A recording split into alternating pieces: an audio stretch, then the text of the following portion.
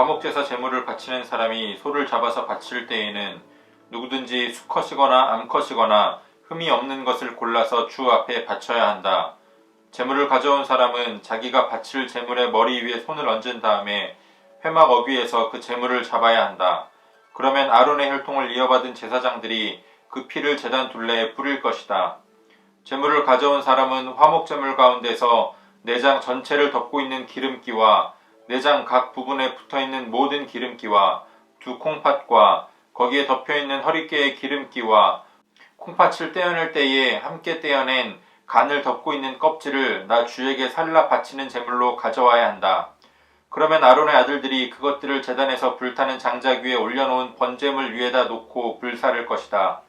이것이 제물을 불에 태워서 그 향기로 나 주를 기쁘게 하는 살라 바치는 제사이다. 화목제물을 바치려는 사람이 제사에서 양을 잡아 나 주에게 제물로 바치려면 수컷이거나 암컷이거나 흠이 없는 것을 골라서 바쳐야 한다. 그가 제물로 바칠 것이 양이면 그는 그 양을 나 주에게 끌고 와서 그 제물의 머리 위에 손을 얹은 다음에 회막 앞에서 그 제물을 잡아야 한다. 그러면 아론의 아들들이 그 피를 제단 둘레에 뿌릴 것이다. 제물을 가져온 사람은 화목제물 가운데에서 기름기 곧 엉치뼈 가운데서 떼어낸 꼬리 전부와 내장 전체를 덮고 있는 기름기와 내장 각 부분에 붙어있는 모든 기름기와 두 콩팥과 거기에 덮여있는 허리깨의 기름기와 콩팥을 떼어낼 때에 함께 떼어낸 간을 덮고 있는 껍질을 나 주에게 살라 바치는 제물로 가져와야 한다. 그러면 제사장이 그것들을 제단으로 가져가서 나 주에게 살라 바치는 음식 제물로 바칠 것이다. 그가 제물로 바칠 것이 염소면 그는 그 염소를 나 주에게 끌고 와서 그 제물의 머리 위에 손을 얹은 다음에 회막 앞에서 그 제물을 잡아야 한다. 그러면 아론의 아들들이 그 피를 제단 둘레에 뿌릴 것이다.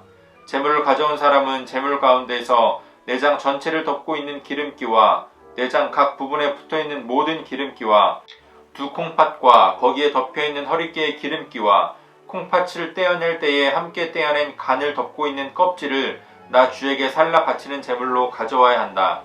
그러면 제사장들이 그것을 제단으로 가져가서 나 주에게 살라 바치는 음식 제물로 바칠 것이다. 이것이 제물을 불에 태워서 그 향기로 나 주를 기쁘게 하는 살라 바치는 제사이다. 기름기는 다 나 주에게 바쳐야 한다. 이것은 너희가 어느 곳에 살든지 대대로 영원히 지켜야 할 규례이다. 너희는 어떤 기름기도 어떤 피도 먹어서는 안 된다. 아멘.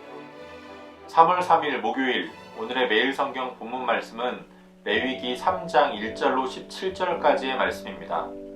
오늘 본문은 화목제에 대해서 다루고 있는데요. 계속해서 제사에 대한 규례가 나오기 때문에 조금 어렵거나 지루하다라고 느껴지실지 모르겠습니다.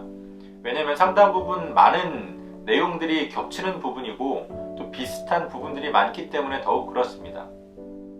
그런데 우리가 흔히 누구에게 선물을 할 때 뭐 필요한 거 없냐라고 물어보면 대부분 아무거나라고 말하지 않습니까? 저는 그렇게 말하거든요. 그런데 아무거나라고 대답을 해놓고 실상 그 속마음은 그래도 뭔가 내가 원하는 것을 주었으면 좋겠다라는 마음이 있어요. 그래서 상대방이 아무거나 골라서 선물을 했을 때 때로는 실망하는 경우가 적지 않습니다. 그래서 우리에게 하나님께서 이렇게 제사의 규례에 관한 자세한 내용들을 설명하고 계시다라는 사실은 하나님께 예배를 드리는 우리 입장에서는 상당히 좋은 일이라고 볼 수도 있을 것 같습니다. 앞서서 우리는 번제와 소제에 대해서 살펴봤었는데요. 특별히 번제는 짐승을 잡는 제사였죠. 그 짐승의 가죽만 남겨놓고 모두 다 태워서 드리는 제사였습니다. 그리고 소제는 곡물, 곡식으로 드리는 제사였습니다. 오늘 화목제도 번제와 마찬가지로 짐승을 제물로 드리는 제사입니다. 이 번제와 한 가지 다른 점은 모두 다 하나님 앞에 드리는 것이 아니라 기름기와 콩팥, 또 간을 덮고 있는 껍질, 양의 경우에는 꼬리까지 이렇게 짐승의 일부분만을 하나님께 드리고 그 나머지 가운데는 제사장이 먹을 것을 빼놓고 다시 제사자가 가지고 가서 가족 또는 이웃과 나누게 하는 그런 친교의 제사였습니다. 번제와 소제 같은 경우에는 매일 아침 저녁으로 드리는 제사였습니다. 그러나 화목제는 그들이 하나님께 감사할 일이 있을 때에 특별히 그들이 자원해서 드렸던 제사입니다. 그래서 하나님께 감사의 제사를 드리고 또 제사에 드리고 남은 고기를 가지고 함께 가족들 또는 이웃들과 축제처럼 나누었던 그런 제사입니다. 마치 우리나라 시골에서 어떤 잔치가 벌어지면 돼지를 한 마리 잡아서 동네 잔치를 벌이는 것처럼 이들도 감사할 일이 있을 때 그렇게 했던 겁니다. 그러나 먼저 하나님께 제사를 드리고 그 남은 것으로 함께 친교를 나누었습니다. 모든 제사가 다 동일하겠습니다만 특별히 감사의 제사라는 점에서 볼 때 하나님 앞에 제물 전부를 드리는 것이 어떻게 보면 더 마땅한지 모르겠습니다. 그러나 하나님께서는 드려진 제물의 일부만 받으시고 또 일부를 제사장을 위해 남겨두시고 나머지는 제사자가 공동체와 함께 그 기쁨과 감사를 나누게 했습니다. 다만 17절에 나오는 것처럼 우리에게 금하시는 것이 있습니다. 바로 피와 기름입니다.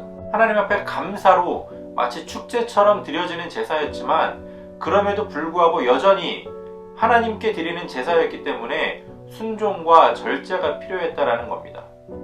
감사할 일이 있을 때 먼저 하나님께 감사하고 또 공동체와 함께 이렇게 기쁨을 나누는 이 모습은 오늘날 우리에게도 상당히 익숙한 모습입니다.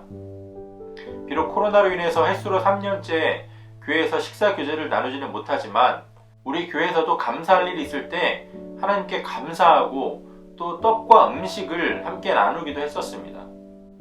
비록 지금은 코로나로 인해서 식사 교제를 나누지는 못하지만 하나님께 대한 감사를 온 공동체가 함께 기뻐하며 나눌 수 있는 그러한 교회가 되어지기를 원합니다. 우리를 구원하신 하나님의 은혜는 그 어디에도 견줄 수가 없는 큰 은혜입니다. 그렇기에 감사는 우리의 신앙에 있어서 가장 기본이 되는 마음가짐일 겁니다. 비록 코로나가 길어지면서 우리의 삶이 점점 팍팍해지고 감사할 것들이 별로 없는 것 같은 그러한 상황들이 이어지고 있지만 그럼에도 불구하고 우리가 하나님께 온전한 감사를 올려드리고 또 나 혼자만 감사하는 것이 아니라 우리 가족과 이웃과 특별히 교회 공동체와 함께 그 감사를 나눌 수 있는 우리 모두가 되어지기를 주님의 이름으로 축복합니다. 이제 오늘 본문 말씀을 몇 차례 더 읽으시면서 개인적인 묵상을 조금 더 하시고 또 각자의 기도로 오늘의 묵상을 마치도록 하겠습니다.